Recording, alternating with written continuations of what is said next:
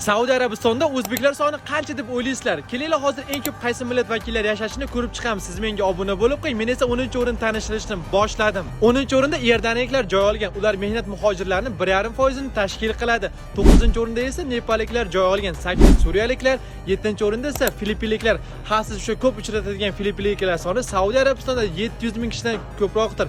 6-o'rinda esa Sudanliklar joy olgan. Saudiya Arabistonida mehnat muhojirlarining kuchli 5 taligini misrliklar boshlab beradi. Misrliklar Saudiya Arabistonida salkam 1,5 million kishiga yaqindir. 4-o'rinda esa Yamanliklar. O'zbekiston esa kuchli 10 talikdan joy olmagan. To'g'risi bu haqida aniq ma'lumot topa olmadim. Agar sizda aniq ma'lumot bo'lsa, iltimos kommentariyaga yozib keting. Ana endi kuchli 3 talik. 3-o'rinda Pokistonliklar. Ular mehnat muhojirlarining 13% ni tashkil qilyapti. 1-o'rinda kim deb o'yladingiz? Hindistonmi? Afsuski unday emas. Ular 2-o'rinda 2 millionga yaqin kishi tashkil qilyapti.